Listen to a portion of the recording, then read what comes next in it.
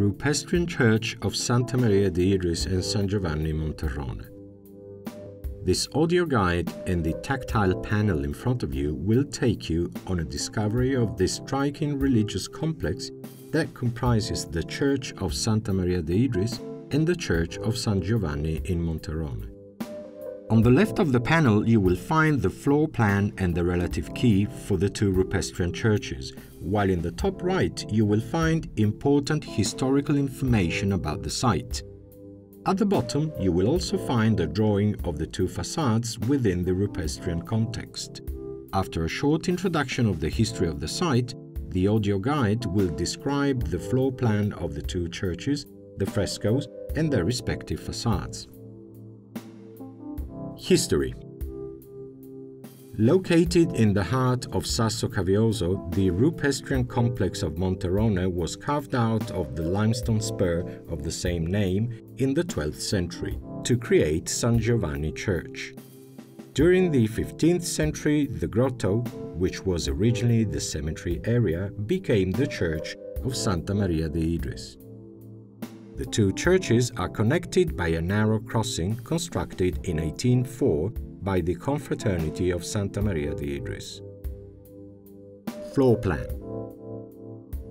The floor plan illustrates the entire rupestrian complex and the rocky spur from which the two churches were created, together with the external grounds which trace the entire perimeter, providing an extraordinary panoramic view of the city. With the exception of the wall that seals off the grotto and other intermittent sections of masonry work, San Giovanni Church is entirely carved out of rock, while Santa Maria de Idris Church has been partly hewn from the rock and partly constructed. In the drawing, albeit simply, we have aimed to distinguish the sections of limestone rock from the tough blocks that have been used to build the walls of the church, or reinforce certain sections of the rock. The limestone areas are indicated by the dotted textures. Starting from the bottom of the floor plan, moving upwards, you will find the entrance of the small Santa Maria de Idris church, which is preceded by 3 steps. The church has a unique and irregular aisle plan that consists of a nave, number 1, with a barrel vault, which was built to extend the cave, while to the right there is a smaller, lower area with a square floor plan, which was used in the past as a sacristy, number 2. This small room features an ornate sacred laver or basin and a fresco depicting the crucifixion on the opposite wall. Beside the fresco, at floor height, is a small aperture in the wall, which reveals a cistern which was once filled with rainwater that was collected on the roof of the church. On the back wall of the nave is a 19th century stuccoed altar made of tough blocks, number 3, surmounted by a niche with a 17th century temple work of the Mary and Child. At Mary's feet there are 2 mezzine, vessels that were used to gather and hold water for domestic use.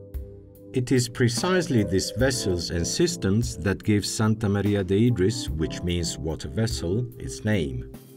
Further to the right, again on the rear wall, is a fresco depicting the conversion of St. Eustace, the patron saint of Matera, while the wall to the right of the altar features a portrayal of the Nativity and St. Anthony of Padua, which date back to the 17th century. On the wall to the left of the altar is the Annunciation of the Blessed Virgin Mary, which is a copy of the religious icon found in the extra-urban sanctuary of Santa Maria di Picciano, and a fresco portraying the Archangel Michael. On the left side of the nave are 2 niches with 2 statues that are hard to make out, one of which portrays Saint Leonard. The church has been marred by the vandalism that went on everywhere in the 1960s and 70s following the evacuation of the Sassi districts, ordered by the De Gasperi Colombo law of 1952. To the left of the altar, a small aperture leads to the neighboring church of San Giovanni Monterrone, which is preceded by 3 steps. Traditionally considered a parochial church, even though it has been altered over time, the Church of San Giovanni conserves most of the original 12th century floor plan. After entering the irregular connecting corridor, number 4, you arrive at the nave, number 5, with the presbytery, number 6, to the left, which is preceded by one step. To the rear of the presbytery are some bare stones which formed part of the original religious furniture. On the opposite side of the presbytery lies the original doorway to the church.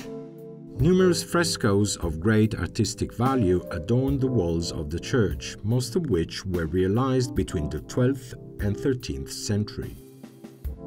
Facing away from the church doorway on the right wall are a series of palimpsest frescoes that have been added to over time, yet still show signs of the original works, of St. Andrew and Mary and the Child. But sadly, only St. Andrew's face has survived. As you walk along the same wall, you will find another 2 frescoed panels portraying a young saint and Saint Jerome. Continuing onwards, inside a deep niche carved out of the right side of the church, are the 14th century frescoes of St. James the Great and Peter the Apostle. In front of these is the Annunciation surmounted by the baptism of Christ in Jordan. Beyond the niche is what remains of a fresco of the conversion of St. Eustace, which was unfortunately ruined by the creation of an ancient door which has been bricked up. Again, with your back facing the entrance of the church on the left-hand side, there is another sequence of sadly incomplete frescoes created in different periods, which are of a certain historic and artistic importance. The first portrays St. John the Baptist and John the Evangelist, while the others depict Mater Domini, St. Peter and Paul and St. Nicholas. These last 3 frescoes can be found above an opening that leads to the Santa Maria de Idris church. Unfortunately, these were damaged with the widening of the connecting corridor, which is also lined with a series of religious images. Along the right-hand side, on the rear wall, are paintings of Saint Onofrius and a young saint. Further along is the beautiful image of the unknown saint and Christ Pantocrator.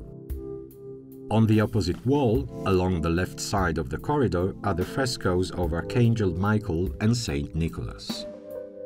The entrance to the church of San Giovanni Monterrone opens out onto a churchyard, interspersed with rock that emerges from the pavement due to the collapse of the rear of the church, which is believed to have occurred between the 16th and 17th century. This opening provides visitors with a breathtaking view over Sassi, which spans from the Casalnuovo district to the districts of Sasso Caveoso and Civita. It is also possible to walk around almost the entire complex of Monterrone and admire panoramic views of Gravina and Murgia. Facades. On the outside, the Monterrone rupestrian complex presents itself as a striking and unusual place of worship, adding an air of sacredness to the breathtaking surrounding setting. In fact, with its approximately 4-meter-high iron cross that was restored by Cosimo Losito in 1937, the rocky spur of Monterrone dominates over the entire area. The facade of Santa Maria de Idris church, which is represented here to the right of the rupestrian complex, dates back to the 15th century, when it was carved out of the face of the rock after the collapse of an ancient cave. With its essential lines, the facade features a sloping roof and a small open-faced bell tower. To the right of the entrance, in front of the sacristy, the building lowers slightly.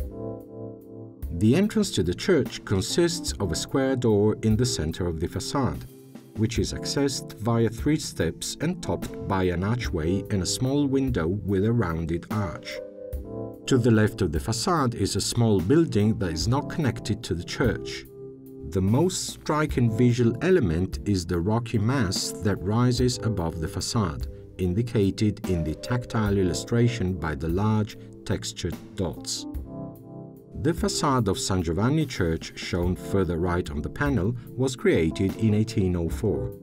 This is also dominated by a sheer cliff with a cross. The facade of the church itself consists of a simple wall of tough blocks with no decorative elements that seals off the cave, and an entrance door crowned by a small window. Until a few decades ago, to the left of the door, there was a large grate and a long walkway to the right, traces of which are still fairly visible today. To the left of the cliff is the side of the Madonna de Idris sacristy and the small open-faced belfry which once housed the bells.